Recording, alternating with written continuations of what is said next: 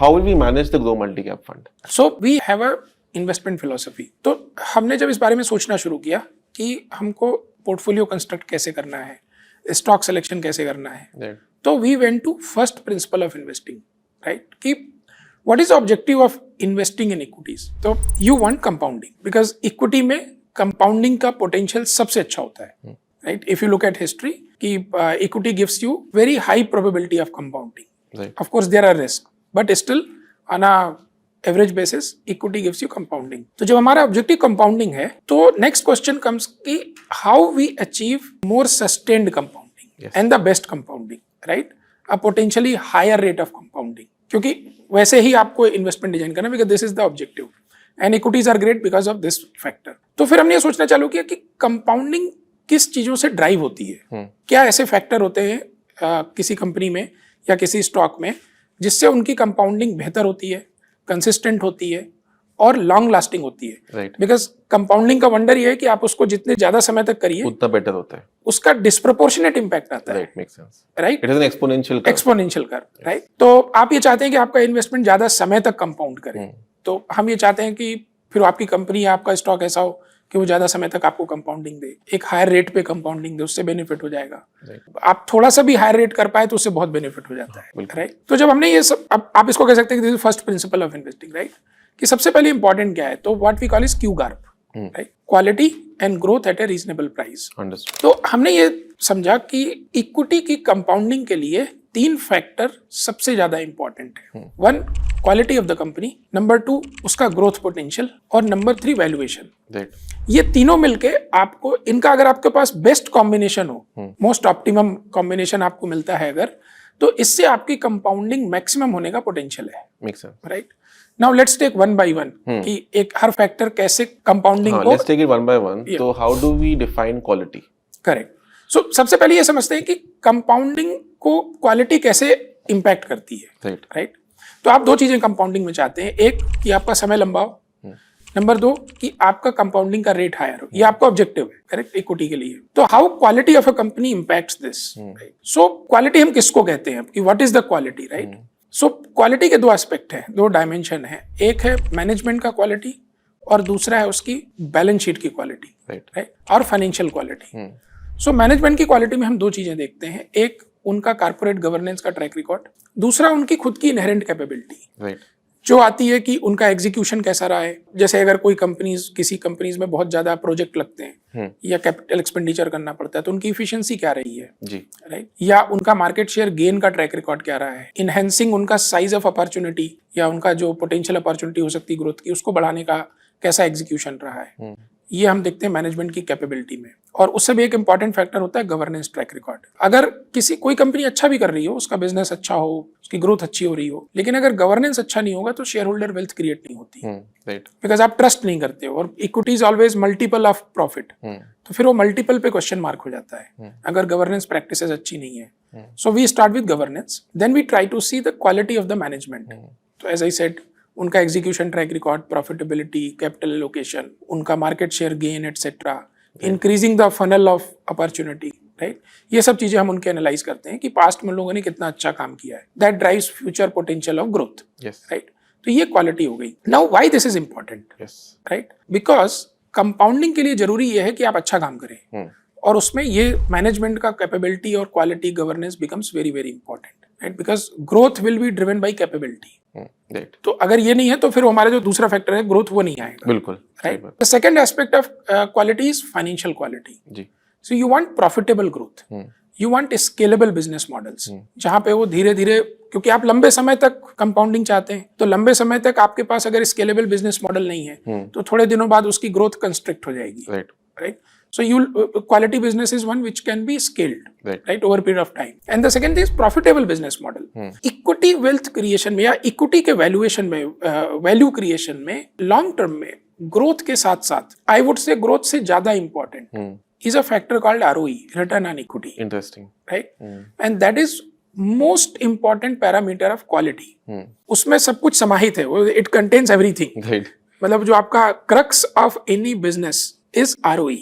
What is ROE? Let me read. So basically ROE is net कि मैंने business में कितना इक्विटी इन्वेस्ट किया हुआ है और उसमें मैं कितना प्रॉफिट कमा रहा हूँ। Now why it is important, one, if you are a low ROE company तो आपकी ग्रोथ कंस्ट्रिक्ट हो जाती है क्योंकि आप सरप्लस नहीं जनरेट कर रहे हैं जी। और ग्रोथ के लिए आपको इन्वेस्ट करना पड़ेगा। तो या तो आप डाइल्यूट करिए या आप लिवरेज करिए। लिवरेज की भी एक लिमिट है और बहुत हाई लिवरेज में प्रॉब्लम होता है, specially mid and small companies में, राइट, बिकॉज अगर बुरा समय आया तो आपका leverage can go against you, right. So इसीलिए हाई आरओई कंपनीज अच्छी होती हैं। इनहेरेंटली हाई आरओई ये बताता है कि आपके पास प्राइसिंग पावर है, राइट, और आप बहुत इफिशिएंट हो। सो that is one more very good input for growth, right. और जब आप हाई आरओई आपके बिजनेस में होता है या किसी कंपनी में होता है तो आपको बुरे समय में एक स्ट्रेंथ मिलती है, you are stronger than others, क्योंकि अगर आप हाई आरओई कंपनी हो तो आपको कैपिटल रेज करने की बहुत जल्दी जरूरत नहीं पड़ रही है, तो आपकी बैलेंस शीट कभी वल्नरेबल नहीं होगी, राइट। तो अगर आप हिस्ट्री देखो तो हमेशा हाई आरओई कंपनीज का मल्टीपल ज्यादा होता है जी, और उनका मल्टीपल एक्सपेंशन भी ज्यादा होता है जी। कई बार ऐसा होता है बुल मार्केट्स में कि लो आरओई कंपनी को अगर वो बहुत ज्यादा ग्रो कर रही है तो उसको मल्टीपल ज्यादा मिलता है, बट जनरली मैंने ये देखा है कि वो सस्टेन नहीं करता है। और दूसरा इसमें बड़ा इंपॉर्टेंट एस्पेक्ट होता है सस्टेनेबल आरओई। तो कंपाउंडिंग से हम शुरू हुए थे, अगर आपकी आरओई ज्यादा है तो without dilution you can compound for longer, तो शेयर होल्डर वेल्थ क्रिएशन बहुत ज्यादा होता है, right. So that is why ROE becomes very very important for an investor and we make it a very important parameter in our stock selection, right? So this becomes quality of the business in terms of quality of management and quality of business, right? Coming to the second factor, which is growth. Yeah. So essentially, we all know that growth is important. So I would like to understand from you ki why is growth important first of all, and then how do we capture growth? Because that is also very important, right? Correct. So if we know that growth is important, but how do we capture companies that will grow in the future? Yeah. So one is growth is important. But just to conclude the quality part of it associated with it, कि quality growth is more important than just growth. Right, of course. Because क्या है, लंबे समय तक अगर आपको grow करना है और अगर आपके पास quality balance sheet, quality management नहीं है, तो जब बुरा समय आएगा, साइकिल खराब होगी, तो उस समय आपके पास बैलेंस शीट में बड़ी दिक्कत होगी और आपकी ग्रोथ बहुत ज्यादा कम होगी, राइट। तो आपकी कंपाउंडिंग ब्रेक हो जाएगी। सो ऐसा हो सकता है कि आप थोड़ा कम रेट पे कंपाउंड करें, बट आपकी कंपाउंडिंग कभी रिस्ट्रिक्ट नहीं होगी और ब्रेक नहीं होगी, right. And you can compound for a longer duration. Right. So that is why quality growth is important, and that is why we call it Q-GARP. Right. तो हम सिर्फ ग्रोथ के पीछे नहीं भाग रहे हैं, right? We need a quality growth. Now, why growth is important is because of once again compounding. कि अगर कोई बिजनेस है, बहुत अच्छा बिजनेस है, बहुत अच्छी आरओई है, बट उसमें ग्रोथ नहीं हो रही है, तो आप अपने अर्निंग्स को कंपाउंड नहीं कर पा रहे हैं। सो इवेंचुअली फिर आपकी इक्विटी वैल्यू नहीं बढ़ रही है, राइट। तो इक्विटी का जो सबसे बड़ा बेनिफिट है और जो उसमें आई थिंक जो सबसे बड़ा वंडरफुल एस्पेक्ट है कि इसमें कंपाउंडिंग का पोटेंशियल सबसे ज्यादा है as compare to any other asset class, right. If you get a good business, good promoter, then you can compound at a very very good rate for a very long period of time. So equity value creation के लिए that is why growth is important, otherwise your compounding gets restricted. Understood. But quality growth, of course, makes sense. In terms of the third factor, which is valuation, how do we look at valuation? First of all, why is valuation important, and how do we judge valuation? How do we find out the undervalued companies in the market? Correct. So जैसा हमने शुरू किया था कि everything is related to compounding, right. कि अगर हमको अच्छी कंपाउंडिंग चाहिए तो आपको ये तीन फैक्टर चाहिए, क्वालिटी चाहिए, ग्रोथ चाहिए और valuation. So valuation is your entry point for further compounding, right. तो अगर आप हाई वैल्यूएशन पे हैं और आपकी कंपाउंडिंग अगर एक रेट से हो रही है, अगर आपने लो वैल्यूएशन पे एंटर किया और सेम रेट से हो रही है, तो over a period of time your wealth creation in a low valuation situation is higher, of course, right. So because your entry point may be higher, and that is why you will have a lesser compounding of your wealth, and that's because of that valuation becomes important. Second thing is कि अगर आप अच्छे valuation पे जाते हैं तो आपके पास margin of safety होता है, and equity is very volatile because sentiment change होता है, तो without any change in earning या macro market बहुत ज्यादा गिर जाता है, बिल्कुल, right? हमने देखा है पिछले 2-3 महीने में ऐसा कई बार हुआ है कि सेंटिमेंट चेंज हुए और मार्केट में अच्छा क्रैश आया। तो अगर आपका वैल्यूएशन एंट्री पॉइंट अच्छा है तो आपके पास मार्जिन ऑफ सेफ्टी है, तो your ability to go through these shocks of fall, sentiment change, short term volatility, वो काफी अच्छा हो जाता है, वो स्ट्रांग हो जाता है। सेकंड इज कि when you have a valuation parameter in your mind, तो आप हमेशा आपके दिमाग में क्वेश्चन होता है पोर्टफोलियो में कि यहाँ पे अभी valuation looks very very reasonable, या let's say capturing all growth potential, तो अब यहाँ कंपाउंडिंग कम हो गई है या पोटेंशियल ऑफ कंपाउंडिंग कम हो गया आपके इन्वेस्टमेंट का, तो अब आप ऐसा स्टॉक देखिए जहां पे आपको ज्यादा पोटेंशियल दिख रहा है, राइट। तो जब आप वैल्यूएशन ध्यान में रखते हो तो आप थोड़ा थोड़ा कंपाउंडिंग बेटर कर पाते हो, Makes sense. सो बहुत सारे लोग बाई एंड होल्ड भी करते हैं, right, and over long period of time it can also make sense, Right. But उससे थोड़ा आपको एज हो जाता है if you keep valuation in mind, and also you can get better compounding on your investment, Makes right. sense. So that is why all these three things are most important driver of compounding. Understood. So I've understood what is QGARP, and but now the thing is कि multi cap में large caps भी हैं, mid caps भी हैं, small caps भी हैं. So how does your portfolio construction differ for let's say large caps and mid caps and small caps? Okay, that's a good question. So large cap में हम क्या करते हैं, combination of top down and bottom up करते हैं, Right. और mid cap and small cap में केवल बॉटम अप करते हैं, Understood. राइट. और दोनों तरफ से हम उसको क्यू गार्प यूज करके करते हैं. तो तो आप जनरली बोल रहे हो कि QGA के भी दो parts हैं. One is top down for Yes. large caps and one is bottom up for mid and small caps. Correct, So let's focus on top down approach for large caps. How does that happen? Correct. So the top down approach starts with sector selection, कि in large caps we have let's say multiple sectors. So first we jot down कि हमको किस sector में अच्छा growth दिख रहा है, right. Large cap generally are discovered stocks, तो उसमें re rating de rating is generally driven by earning upgrades and downgrades, Right. right? So we broadly look at sectors and then we jot down ki which sectors are seeing high growth potential relative to others. And second is where upgrades can happen, where downgrades can happen. Right. तो हमारी कोशिश ये होती है कि जहाँ पे earning upgrades होने वाले हैं आगे, और जहाँ पे हमको वैल्यूएशन ऐसा लगता है कि या तो ठीक है या थोड़ा री रेटिंग का पोटेंशियल है या एटलीस्ट ये मल्टीपल सस्टेन करेगा, हम वहाँ पे ज्यादा ग्रेविटेट होते हैं पोर्टफोलियो में. तो this is our top down approach, right. Makes sense. Once we have figured out sectors by using top down में थोड़ा इकोनॉमी ग्लोबल, फॉर एग्जांपल अगर हम कोई लेट्स से आईटी है, एक्सपोर्ट ओरिएंटेड सेक्टर है, तो उसमें हम थोड़ा यूएस की इकोनॉमी भी देखेंगे, वहाँ इंटरेस्ट रेट सिनेरियो क्या है. तो इसमें ये टॉप डाउन इंपॉर्टेंट है, बिकॉज लार्ज कैप्स में दिस ड्राइव्स लॉट ऑफ री rating and D rating Understood. And potential of earning growth, upgrade and downgrade, right. तो ये इंपॉर्टेंट हो जाता है लार्ज कैप्स में. मिड कैप स्मॉल कैप में भी इंपॉर्टेंट होता है, बट वहाँ उतना ज्यादा इंपॉर्टेंट नहीं होता है, right. So that is why there we do pure bottom up. Once in large caps, we have decided on sectors based on our top-down understanding, predominantly based on economic factors driving upgrade, downgrades, or de-rating, re-rating. Then we go to stock selection.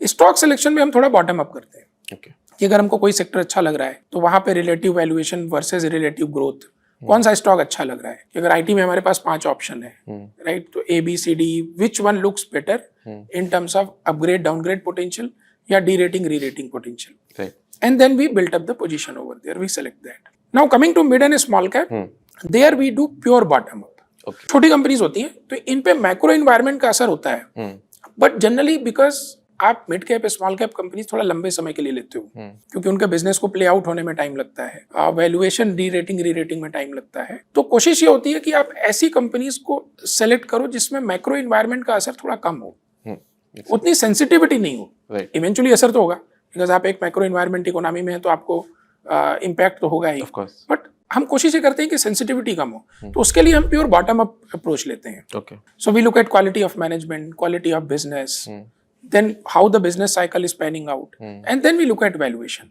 Right. तो इसमें small cap and mid cap में जो most important aspect होता है वो होता है risk assess करना, क्योंकि बहुत ज्यादा mid and small cap companies बड़ी नहीं हो पाती, they are vulnerable, right, they are small. तो हर चीज पे क्वेश्चन मार्क है, Right. whether they will be able to get right talent, etc., capital cycle. So अगर हम इसमें निगेटिव रिस्क को ज्यादा कंट्रोल करें, so it becomes better over long period of time. Okay. So we don't take first two risks, that is business risk and promoter risk or management risk. मेरा experience ये रहा है कि अगर आप ये दोनों रिस्क लेते ही नहीं है तो मिड एंड स्मॉल कैप में आपकी कंपाउंडिंग अच्छी होती है, समझ गया. because these two risks make mid and small caps very very vulnerable to cycles. Another understood. Right. तो आपका अच्छा बिजनेस होना चाहिए, operating cash flow to EBITDA या EBITDA to operating cash flow conversion या उनका free cash flow. Generally growing होते हैं तो फ्री कैश फ्लो बहुत अच्छे नहीं होते, but at least operating cash flow अच्छा होना चाहिए. द सेकंड इज अच्छा आरओई होना चाहिए, स्केलेबल बिजनेस मॉडल होना चाहिए, या उनके अंदर ये कैपेबिलिटी होनी चाहिए कि वो अपना size of opportunity, addressable opportunity बढ़ा पाए. Right. Right. Second thing is management का quality, corporate governance. These things become very very important Understood. in a mid and small cap companies, and they drive large part of your compounding. क्योंकि mid and small cap companies में D rating re rating से बहुत पैसा या तो बन सकता है या आप खो सकते हैं. तो जनरली री रेटिंग से ज्यादा पैसा बनता है, ठीक है, right? समझ गया. And that depends on quality of management and quality of business. Makes sense. Then we assess the cycle, the business cycle, कि वो cycle के किस phase में है, and then we kind of try to understand the valuation dynamics. Makes sense. तो sir मैं समझ गया कि टॉप डाउन और बॉटम अप का अप्रोच कैसे अलग अलग है. But if I had to question that what is the timing, from timing I mean कि do we do active portfolio management और do we have a buy and hold approach, and does that even change for large caps and mid caps and small caps? That's a good question. So in large caps, we have a combination, right? So we have in certain cases where we feel कि businesses बहुत अच्छे हैं और इनमें अच्छा long runway of growth है, तो हम थोड़ा buy and hold approach करते हैं. So what we call is core part of our portfolio, right? उसको हम बहुत ज़्यादा छेड़ते नहीं हैं. थोड़ा बहुत over valuation we are still okay. But there are other parts in large cap which are a bit, they have a cycle of re-rating and de-rating, yes, depending on earning upgrade and downgrade, right? So there we try to time the positioning, sizing, understood, depending on this upgrade downgrade cycle. Understood. So there would be churn, and depending on situation ये composition change होता रहता है कि हमारे पास score कितना है या जो साइक्लिकल पोर्टफोलियो है वो कितना है, डिपेंडिंग ऑन कि हमको कहाँ अपॉर्चुनिटी ज्यादा दिख रही है, right? But generally we keep core as it is. Understood. So you also mentioned risk अभी. Yeah. How do you manage the entire risk of the portfolio? Correct. तो देखिए कोई भी आप स्टॉक खरीदते हैं तो उसमें एक्चुअली रिस्क 4 मेजर सोर्स से आता है, right? The first one is your management risk और the promoter risk, that we generally don't take. Yes, mentioned. So we just completely avoid it. Then second is business risk, कि अगर inherent quality of business खराब है तो वो कभी ना कभी प्ले आउट हो जाएगी, specially in a bad time, right? उसका डी रेटिंग बहुत फास्ट होगा जी, वल्नरेबिलिटी ज्यादा होगी जी. तो वो भी हम नहीं लेते हैं. सो जनरली वी प्रेफर कि we buy good businesses, right? तो ये दोनों रिस्क से हमारे पोर्टफोलियो में स्टॉक सिलेक्शन लेवल पे ही बहुत ज्यादा रिस्क मैनेज हो जाता है. Understood. The third risk is the business cycle risk, कि वेदर द साइकिल में गोइंग टू डाउन टर्न और up turn, right? So we try to assess it with our capability, research etcetera, but generally कभी बहुत 100% हम सही नहीं हो पाते हैं. तो इसके लिए हमको इसको मैनेज करना पड़ता है अलॉन्ग विथ वैल्यूएशन, राइट? तो ये दोनों एक ऑप्टिमाइजेशन में चलते हैं, वैल्यूएशन एंड बिजनेस साइकिल. तो अगर हमको ऐसा लगता है कि हम बिजनेस साइकिल पे हमारे पास क्लियर कॉल नहीं है तो फिर हमको वैल्यूएशन में कंफर्ट चाहिए, right? And then accordingly we size it. अच्छा. तो जहां दोनों में कंफर्ट है, बिजनेस साइकिल एंड वैल्यूएशन, तो उसको साइज अप करते हैं. जहां हमको लगता है कि जैसे जैसे वो कंफर्ट कम हो रहा है तो हम उसको साइज डाउन करते हैं या उसको पोर्टफोलियो से बाहर निकाल देते हैं, right? So these are broadly ways for us to manage the risk. We generally don't try to time the market, right? तो प्योरली फंडामेंटल ड्रिवन अप्रोच रखते हैं पोर्टफोलियो कंस्ट्रक्शन में. And mid and small cap में भी ये 4 factors से ज्यादातर risk manage हो जाते हैं. Make sense. ठीक है. So we understood large cap, mid cap, small cap. वो जो 25% बचा हुआ है, that flexible part of the portfolio, how do we allocate that? So our ideal targeting would be that we are evenly proportionate, right, across all the market caps, right? But we would use this flexibility for our favor depending on how we are understanding and हम कब हमको सही भाव पे, सही valuation पे कहाँ ज्यादा कंफर्ट मिल रहा है, right? Fundamentally depending on earning cycle etcetera, तो उसको मूव करते रहेंगे. Otherwise a kind of evenly balanced portfolio. So it would be like true to multi cap approach.